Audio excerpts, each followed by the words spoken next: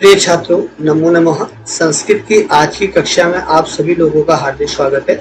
आज हम लोग प्रथमः पाठः जो कि सुवचनानि जिसका नाम है, जो हमने कल के वीडियो में जिसके बारे में पढ़ा था, जिसके श्लोकों के बारे में पढ़ा था, आज उनके प्रश्नोत्तरों को देखेंगे। सुवचनानि पाठ के प्रश्नोत्तरों को हम लोग देखने वाले हैं। और जो कि प्रथमः पाठ है 8th क्लास यानी 8वीं कक्षा का प्रथमः पाठ है कि प्रथमः पाठः के सुवचनानि के प्रश्नोत्तरों को लेंगे, जो कि अभी हम पढ़ने वाले हैं। साथ में कोशिश करेंगे कि संख्या तथा अभ्यास कार्य, संख्याओं के जो कि 1 से लेकर 50 तक के संख्याएं होंगी, उनके अभ्यास कार्य को लेंगे। साथ में धातु रूप जो है भू पट गम धातु से विशेष बातों को यहाँ पर बताते हुए आगे चलेंगे। Oh my God! Wow! और अंतिम में श्लोकों के माध्यम से किस प्रकार के प्रश्नोत्तरों को परीक्षाओं में पूछा जाता है उसके बारे में अध्ययन करेंगे। अगर वीडियो ज्यादा लंबी हो रही है ऐसा मुझे प्रतीत होगा तो मैं केवल पाठ उसके प्रश्नोत्तर और संख्याओं के अभ्यास कार्य को दूंगा, और नेक्स्ट वीडियो में मैं धातु और श्लोकों के प्रश्नोत्तर को दूंगा अगर वीडियो ज्यादा लंबी हो गई तो। ऐसे तो नहीं होता है। तो आइए समय न गवाते हुए डायरेक्ट आरंभ करते हैं। तो पहला जो चैप्टर है छात्रों सुवचनानि, उसका प्रश्नोत्तर आरंभ कर रहे हैं हम लोग। तो देखिए पहला प्रश्न क्या है। पाठम पठित्वा वदन्तु लिखन्तु च शुद्धम अथवा अशुद्धम। पाठम पठित्वा, पठित्वा में जो है पाठ को पढ़कर, पठित्वा में जो है पठ धातु हो गया, इसमें प्रत्यय जुड़ा है त्वा प्रत्यय। तो पठ प्लस त्वा पठित्वा, उसका हिंदी अर्थ होता है पढ़कर या पढ़ करके, पाठ को पढ़कर, वदन्तु लिखन्तु च बोलो और लिखो, शुद्धम अथवा अशुद्धम, शुद्ध या अशुद्ध। तो यहाँ पे पहला क्वेश्चन है सत्संगति कीर्तिम प्रसारयति, जो कि हमने चैप्टर में पढ़ा था। जो अच्छी संगति होती है वो हमारे यश को बढ़ाती है, जो कि ये वाक्य क्या है, शुद्ध वाक्य है। दूसरा है धैर्यवन्तः जनाः सत्य मार्गम त्यजन्ति। इसका अर्थ है धैर्यवान लोग जो होते हैं वो सत्य के मार्ग को छोड़ देते हैं। ये बिल्कुल अशुद्ध वाक्य है, क्योंकि धैर्यवान लोग कभी भी सत्य मार्ग को नहीं छोड़ते, अशुद्ध वाक्य है। कवि इच्छति, कवि की इच्छा है, यत् की सर्वेषां कल्याणम न भवतु, किसी का कल्याण, सभी का कल्याण ना हो। तो ये भी क्या है, अशुद्ध वाक्य है, क्योंकि कवि चाहते हैं कि सभी का कल्याण हो। उत्तमाः जनाः धनम इच्छन्ति, जो उत्तम क्वालिटी के लोग होते हैं, जो कि हमने पाठ में पढ़ा भी था, 3 प्रकार के लोग होते हैं। यहाँ पर उत्तम क्वालिटी के बारे में पूछा गया है। उत्तम जनाः धनम इच्छन्ति, क्या उत्तम क्वालिटी के लोग धन की इच्छा करते हैं? बिल्कुल नहीं करते, उनको केवल मान की इच्छा होती है। तो ये भी क्या है, अशुद्ध वाक्य है। क्वेश्चन नंबर 5 देखिएगा। सन्मित्रम हिताय योज्यते, जो अच्छा मित्र होता है वो हित के लिए लगाता है। हिताय योज्यते, हित के लिए लगाता है। तो यहाँ पर क्या हो जाएगा, ये हो जाएगा शुद्धम। बिल्कुल राइट आंसर है यहाँ पर, शुद्धम है, क्योंकि जो सन्मित्र होता है, अच्छा मित्र होता है, वो हमें हमेशा हित के लिए लगाता है। अब यहाँ पर देखिएगा क्वेश्चन नंबर 2 जो है, आपको यहाँ पर मंजूषायां प्रदत्त पदैहि रिक्त स्थानानि पूरयन्तु, मंजूषा में दिए गए पदों से रिक्त स्थानों को भरिए। ये आपकी मंजूषा है, इस साइड में आप देख पा रहे होंगे। अब इसी के जो मंजूषा में आए हुए शब्दों के माध्यम से हमें यहाँ भरना है। तो सर्वे सुखिनः क्या आएगा, यहाँ पर नंबर डाल देते हैं भवन्तु। सर्वे सुखिनः क्या आ जाएगा, भवन्तु। नंबर फर्स्ट में क्या आ जाएगा, भवन्तु आ जाएगा। सेकेंड नंबर देखिएगा, यहाँ पर है अधमाः धनम, अधम लोग किसी की इच्छा करते हैं, धनम की इच्छा करते हैं, का मतलब इच्छन्ति। यहाँ पर सेकंड नंबर आ जाएगा, अधमाः धनम इच्छन्ति। अधम क्वालिटी के लोग जो होते हैं वो धन की इच्छा करते हैं। नेक्स्ट देखिएगा, सत्संगति पुंसां किम न करोति। यहाँ पर थर्ड नंबर में क्या हो जाएगा, करोति, यानी कि सत्संगति ही पुंसां किम न करोति प्रश्नवाचक चिन्ह है, अर्थात सब कुछ दे देती है सत्संगति।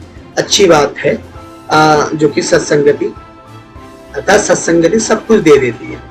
फोर्थ वाला देखिए, लक्ष्मी यथेष्टम यच्छतु, यथेष्टम गच्छतु।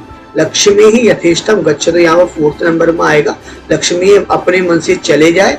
सन्मित्रम गुणान प्रकटयति, जो सन्मित्र होता है, जो अच्छा मित्र होता है, वो गुणों को क्या करता है, प्रकट करता है। तो इसके आंसर ये हो गए हैं। तो एक बार आप इसको देख सकते हैं मेरे छात्रों, ये इसकी नंबरिंग में साथ में कर दी गई है। क्वेश्चन नंबर 3 देखिएगा, मंजूषायाः उचितम अर्थम चित्वा लिखो। मंजूषा से, यहाँ पर पंचमी विभक्ति है, लता की तरह रूप चल देंगे। तो लता की पंचमी होती है लतायाः, और यहाँ पर मंजूषा की पंचमी होगी मंजूषायाः। मंजूषा से उचितम अर्थम चित्वा, उचित अर्थ को चुनकर, यहाँ पर भी त्वा प्रत्यय है जिसका अर्थ होता है चुनकर। चित्वा का मतलब होता है चुनकर, उचित अर्थ को चुनकर, लिखंत को मतलब लिखो। चेतः का अर्थ क्या है, यहाँ पर चेतः का अर्थ है हृदयम, तो यहाँ पर फर्स्ट नंबर में हृदयम आ जाएगा। निरामयाः, निरामयाः का अर्थ हो जाएगा रोग रहिताः, दूसरे नंबर में। वाची का हो जाएगा वार्ण्याम, तीसरे नंबर में वार्ण्याम आ जाएगा। धीराः, धीरा का अर्थ होता है धैर्यवंतः, चौथे में धैर्यवंतः आ जाएगा प्रिय छात्रों।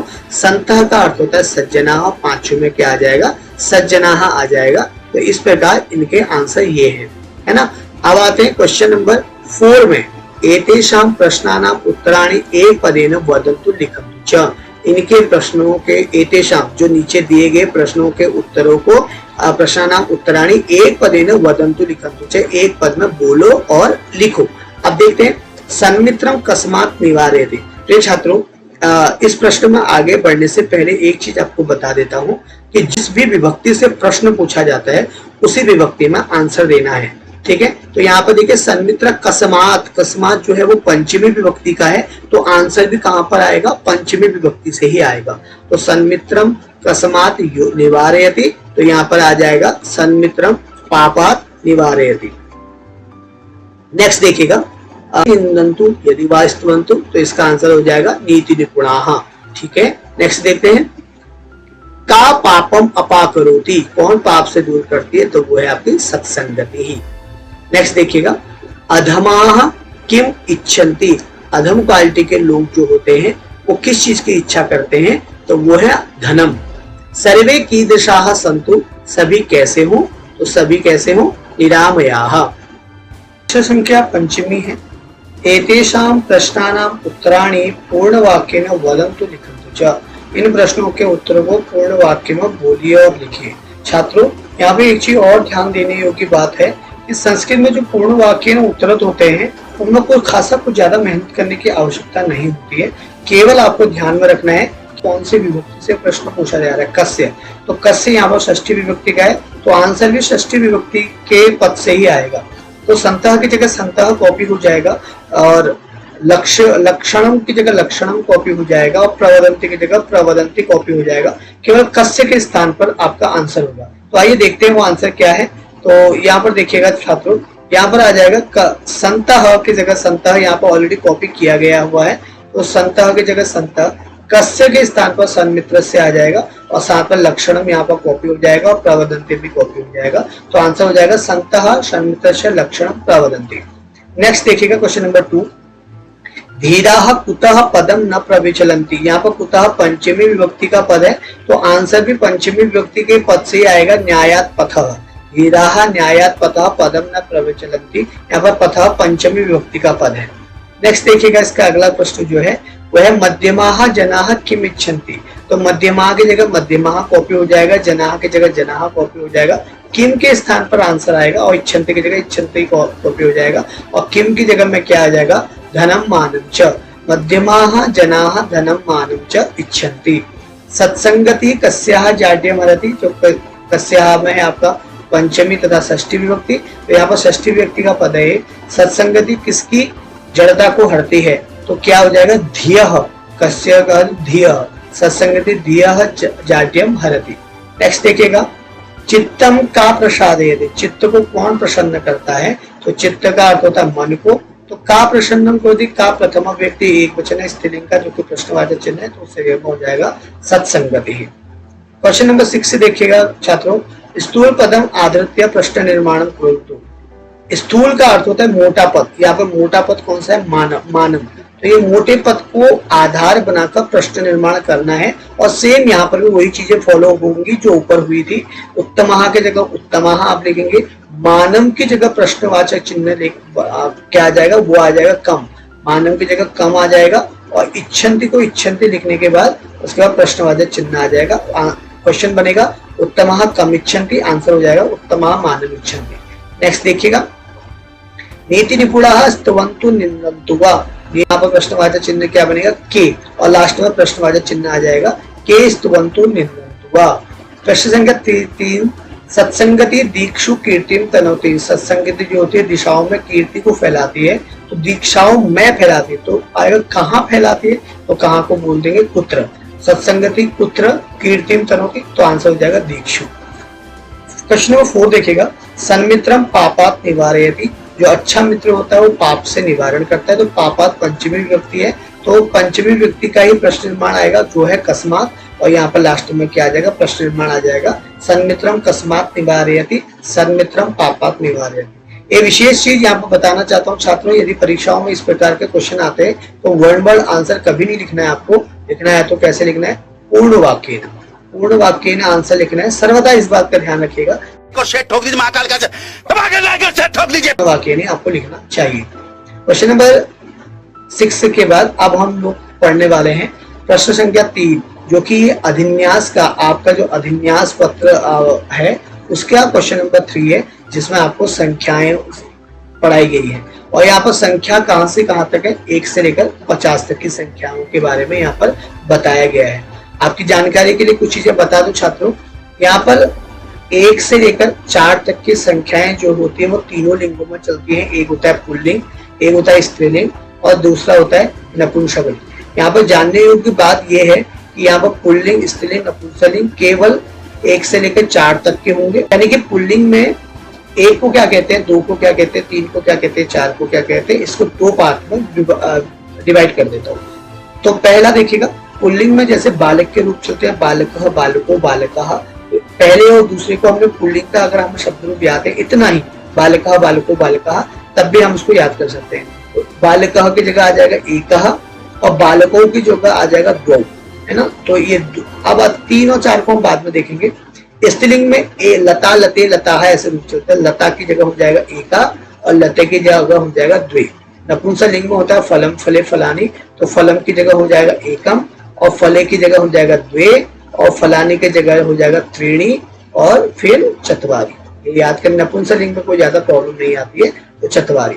अब आपको पुल्लिंग अगर याद हो जाएगा तो स्त्रीलिंग अपने आप याद हो जाएगा। कैसे देखते हैं, एक, दो, त्रयः, त्रयः, त्रयः आता है, त्रयः जो शब्द है वो पुल्लिंग का है, और उसके बाद आ रहा है चत्वारः, त्रयः, चत्वारः पुल्लिंग के 3 और 4 को कहते हैं, और स्त्रीलिंग के 3 को क्या कहते हैं, तिस्रः। छात्रों यहाँ पर ध्यान आपको इस बात पे देना है, स्रह स्रह जहाँ पर सुनाई दे वो स्त्रीलिंग के पद होंगे, तिस्रः चतस्रः, है ना, तिस्रः चतस्रः। तो एका, द्वे, तिस्रः चतस्रः ये स्त्रीलिंग के हो गए, एकः, द्वौ, त्रयः, चत्वारः पुल्लिंग के, एकम, द्वे, त्रीणि, चत्वारि ये नपुंसकलिंग के। यहाँ पर आप संख्याओं के बारे में जानने के बाद आपको एक चीज ध्यान में रखनी है प्रिय छात्रों, केवल जो समस्याएं आएंगी वो 1 से लेकर 4 तक की संख्याओं में आएंगी, यानी कि 1 से लेकर 4 तक की संख्याओं में आपको ध्यान में रखना है। बाकी 5 से लेकर आपको 100 तक जो संख्याएं होंगी वो तीनों लिंगों में एक समान चलेंगी। तो ध्यान कहाँ रखना है, केवल 1 से लेकर 4 तक। तो देखिए यहाँ पर मम समीपे एक शब्द आया है, जब भी 1 से लेकर 4 तक की कोई भी संख्याएं आएंगी उसके ठीक पीछे, ये जैसे फलम यहाँ पर शब्द दिया है, उसके ठीक पीछे वाला शब्द देखिएगा वो कौन से लिंग का है, जिस लिंग का वो होगा उसी लिंग की यहाँ पर संख्या आ जाएगी। तो फलम जो है वो नपुंसकलिंग की संख्या है, तो यहाँ पर फलम की जगह, एक की जगह क्या आ जाएगा, एकम। मम समीपे एकम फलम अस्ति। दूसरा क्वेश्चन देखिएगा, त्वम 50 रूप्यकाणि यच्छ, तो यहाँ पे 50 है तो 50 में सोचने की जरूरत नहीं है, यहाँ पर सीधे क्या आ जाएगा, 50। त्वम 50 रूप्यकाणि यच्छ, 50 रूप्यकाणि यच्छ। छात्रों एक चीज विशेष बता दूं, यहाँ पर थोड़ा सा राइटिंग पे ध्यान मत दीजिएगा, केवल समझिएगा, क्योंकि एक्सपी पेन है उससे लिखा थोड़ा सा कम ही जाता है, अभी हैबिट नहीं है उतनी, फिर भी मैं प्रयास करूंगा आपको साफ साफ लिखने की कोशिश करूंगा ताकि आपको साफ साफ समझ में आ जाए। तो यहाँ पर क्या आ जाएगा, 50। नेक्स्ट देखिएगा, अहम 23 पुस्तकानि आनयामि, 23 को क्या बोलते हैं, त्रयोविंशति। 23 को क्या बोला जाता है, त्रयोविंशति।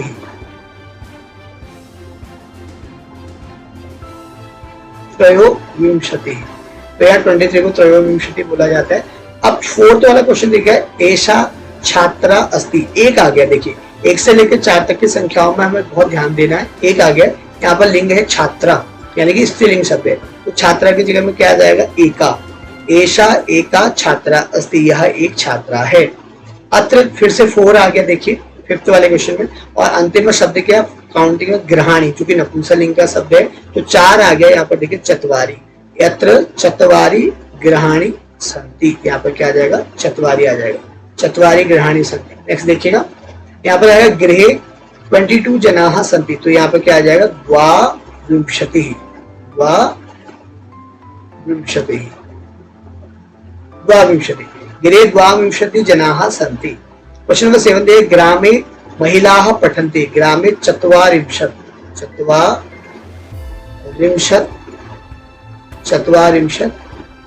महिलाः पठन्ति ग्राम में गांव में 40 महिलाएं पढ़ती हैं।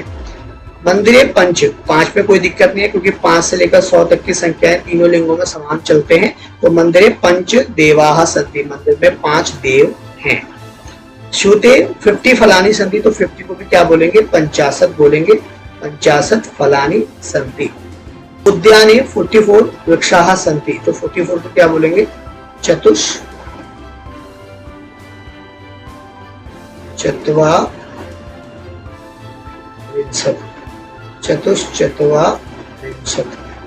44 को बोलेंगे। आगे ये वीडियो ज्यादा लंबी ना हो जाए इसलिए हम अगली वीडियो में इसके कुछ पार्ट को देखेंगे। खत्म, bye bye, tata, good bye. Part में हम लोग शब्द रूपों को देखेंगे, शब्द रूप में फिलिंग द ब्लैंक्स को देखेंगे, साथ में धातु रूप भू पट गम जो होगा वो धातु को देखेंगे और श्लोकों से किस प्रकार प्रश्नोत्तर आते हैं उन तीनों को हम लोग नेक्स्ट वीडियो में देखेंगे। तो आज के लिए यहीं पर रखते हैं। नमो नमः।